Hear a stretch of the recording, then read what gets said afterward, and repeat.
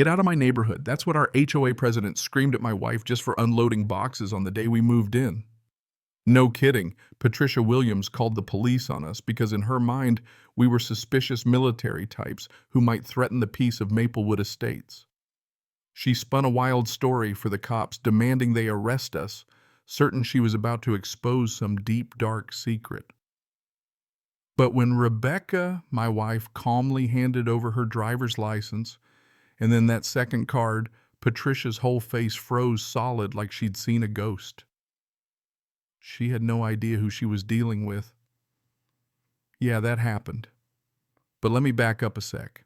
You'd think moving into your dream home would be the happiest day of your life. That's what I thought anyway. I'm Alex, graphic designer, work from home, love a good cup of coffee. My wife, Rebecca, let's just say she's got a past you don't want to mess with. After months of searching, we landed this picture-perfect colonial white picket fence yard, manicured within an inch of its life sidewalks, clean enough to eat off of. The kind of neighborhood where even the squirrels look like they have dental plans. And right out the gate, we meet Patricia, or as we'd come to call her, the queen of the clipboard.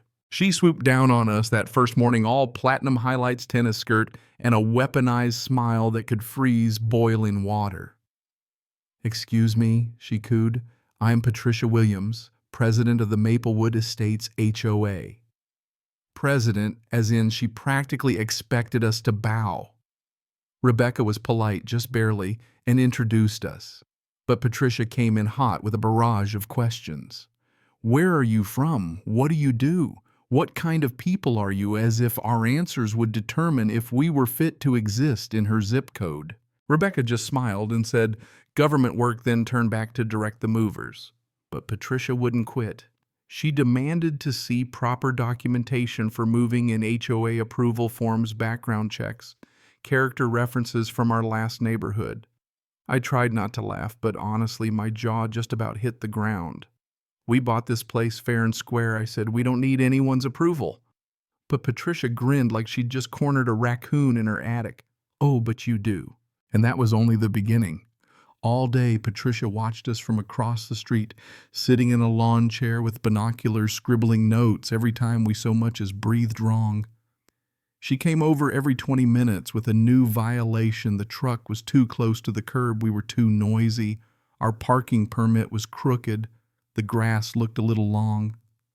Each complaint dropped like a grenade, always ending with, "Welcome to the neighborhood," her voice so sweet you could taste the artificial flavoring. By sundown, we had a stack of violation notices, and I was ready to snap.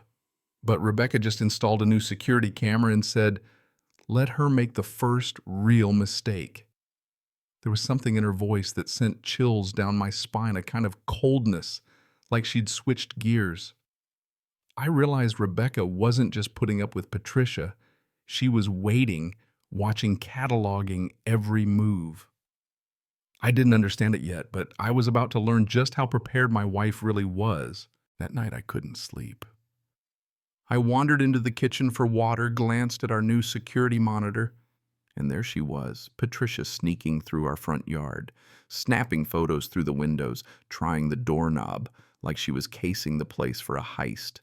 I nearly ran outside, but Rebecca stopped me. "Let me handle this," she whispered, eyes steely, voice calm as ever. It was the first time in 5 years of marriage I'd seen her like that, not scared, but utterly in control, like she'd danced this dance before. Next morning, Rebecca combed through the footage like she was prepping evidence for a trial. She nodded toward a certificate poking out of one of our boxes. "From your Army days?" I asked. She nodded, didn't say more. "Patricia has no idea what she started," she murmured. I wanted to ask more, but the look on Rebecca's face said that conversation was over. That was just day one. Within 48 hours, we had our first official notices, $25 fines for the grass being a hair too long, for parking a half-inch over the line, for painting our mailbox the wrong shade of black. By week's end, we'd racked up over $300 in fines for infractions so petty they belonged in a sitcom. I started losing my cool, but Rebecca just filed everything away, labeling a folder evidence. Then Patricia took things public. She staged a spectacle at our mailbox, waving violation notices at Rebecca, shouting loud enough for the whole street to hear. "This is a respectable community. We don't tolerate troublemakers." Neighbors peeked out of curtains. Mrs. Henderson, who'd brought us cookies the first day, turned away, and the couple across the street installed new cameras pointed right at us. Patricia whipped up a full-on neighborhood watch, encouraging people to report suspicious activity. She was so good at playing victim, you'd think she had a master's degree in drama. But Rebecca just kept building her case. Photos, videos, logs, dates, times. She's establishing a pattern, she told me. Harassment, intimidation, abuse of authority. The more she pushes, the deeper she digs her own grave. Rebecca was steady as a rock, never rattled. Meanwhile, Patricia trailed Rebecca on her morning runs, followed us to the store, even sat for hours in her car outside our house taking notes. She was unraveling, and the whole street could feel it.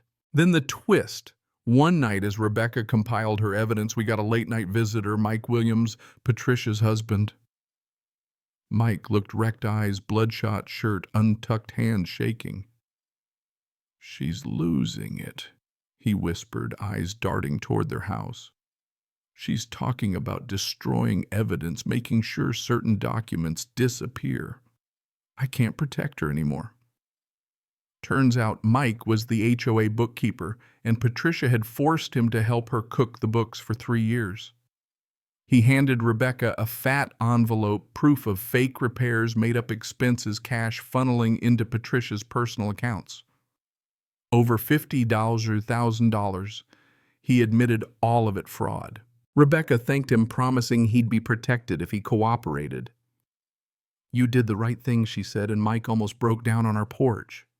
Now it all made sense. Patricia's reign of terror wasn't about power trips or petty rules. She'd been hiding her crimes, and we were the threat she couldn't control. The next night, Patricia staged a critical HOA meeting. She planned to make us public enemy number one, her final stand.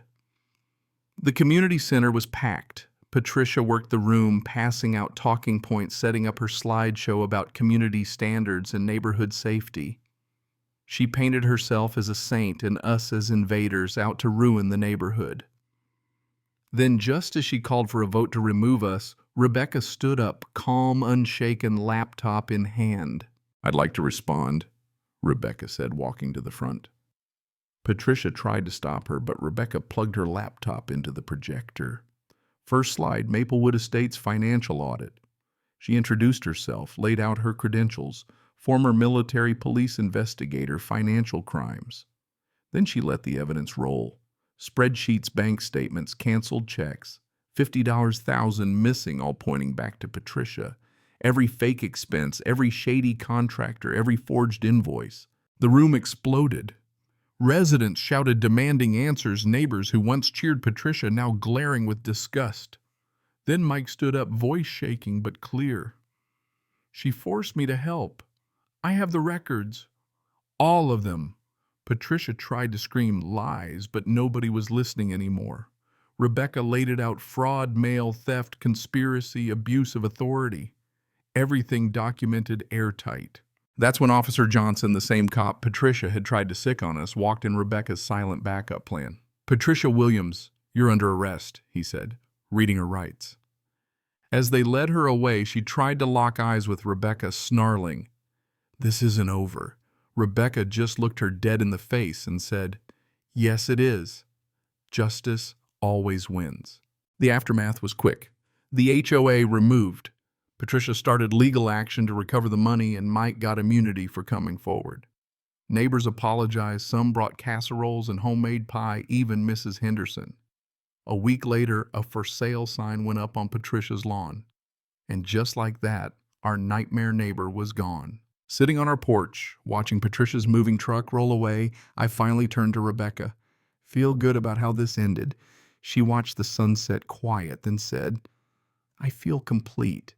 She spent years hurting people who were too scared to fight back.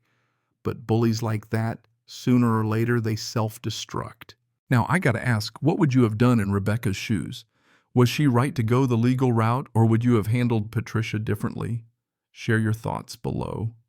Let's hear where you stand on justice, neighborhood drama, and what really makes a community. And hey, if you stuck around for this wild ride, give this story a like and tell us what saga you want to hear next, because trust me, Maplewood Estates won't be quiet for long.